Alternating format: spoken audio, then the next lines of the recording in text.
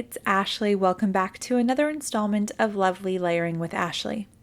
You may know that I love no-line coloring to bring my flower images to life, and this is an example of a no-line coloring that I did with some artist markers recently, but I decided today that maybe we could try to do a faux no-line colored look with layering stamps, and I think that it turned out really beautifully, and I wanted to share how I did that with you here. It's very simple and sort of very obvious, but if you hadn't thought of it before, maybe it wouldn't come to mind, so I wanted to give you some inspiration. For today's project, I'm going to be using the brand new Build-A-Flower Primrose stamp set. It's got this beautiful insert, which we've all come to know and love from Altenew, and then on the back it has a really beautiful layering guide as well. I am going to be using the outline stamp image in our faux line coloring today, which I've decided to coin the term faux line rather than no line. And I'd just like to show you how I incorporate all of the different aspects of the layered flower into this faux line coloring. So the first thing I'm going to do is set up a piece of cardstock in my MISTI. This is cut to A2 size, which is 4 1/4 by 5 1/2, and I'm able to sort of line them up so that they all fit on one side of my cardstock. This is especially helpful because it means that I don't have to go back and forth in inking up all the different layers. I'm able just to sort of line them up and do it one go at a time. So I'm using buttercream for my outline image, and this is an ink that I use very often for no-line coloring. It's very, very light. You probably can't even see it there on the cardstock. And I think it's a common misconception that a lot of people think that you need a dedicated no-line ink for no-line coloring or faux line coloring, but that's just simply not true. Buttercream actually works wonderfully. So the reason that I actually went ahead and even stamped these, even though you can't see the outline image, I can when I'm lining up my first layer. And so that's really helpful to have that outline image there so that I'm able to line up the first layer really well. I'm showing you two inks here, but I actually do bring in one darker. This first ink that I'm using is Pink Diamond, and I'm going to go ahead and ink up these first layer stamps. And you can see it's just a tiny bit splotchy, so I'm going to go again and ink it up just so I get a really nice, dense, and vivid color.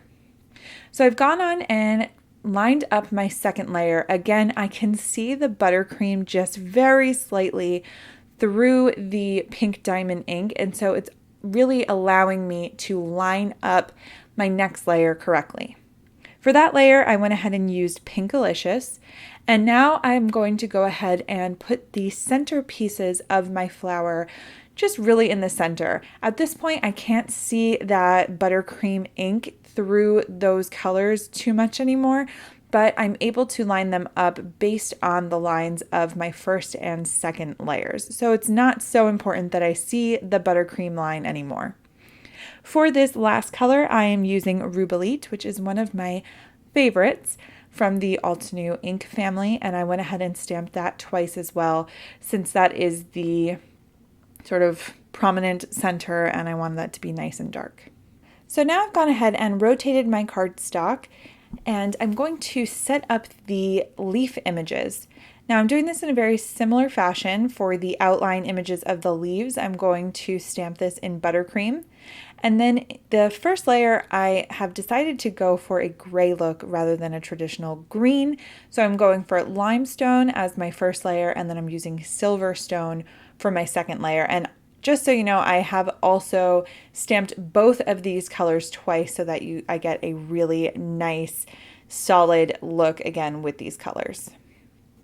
Now that I've gone and stamped all of my images, I'm going to go ahead and die cut them off camera, and now I'm going to create the aesthetic of my card. So I've decided to bring in an outside stamp set, and Framed is one of my absolute favorite stamp sets from Altenew. It has a really great selection of beautiful frame images that you can use as accessories to your cards. So a lot of times I like to use these images to highlight different pieces of my cards like florals or a sentiment, and it always works really, really beautifully. So I've gone ahead and prepped my cardstock with a powder tool, and this just makes sure that my embossing powder will only stick to the embossing ink.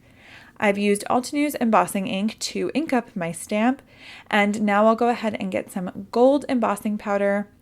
And this is one of my favorite parts of card making, is pouring the embossing powder on the cardstock and seeing it only stick to where the embossing ink is. That's by far one of my favorite parts of the craft. And another, obviously, is watching all of that embossing powder melt and set when you've hit it with your heat tool. So that's what I'm doing here. So now I'm going to go ahead and grab a few pieces and just put them where I think that I would really like them and that they would look nice. And then I'm going to go ahead and add my sentiment as well. I used "You Are Amazing" for my sentiment, which is included in the stamp set, and I went ahead and fussy cut that word "amazing." And I think it looks okay, actually. I was a little scared, but I think it came out all right. I hope that you've enjoyed the video and gotten some ideas on how you can use this faux line coloring idea for yourself. I went ahead with a white gel pen as well and added some extra details there in the petals. If you have any questions or comments, please feel free to leave them in the comments. And as always, links to all of the products used today are in the description. Thanks so much. I'll see you again soon.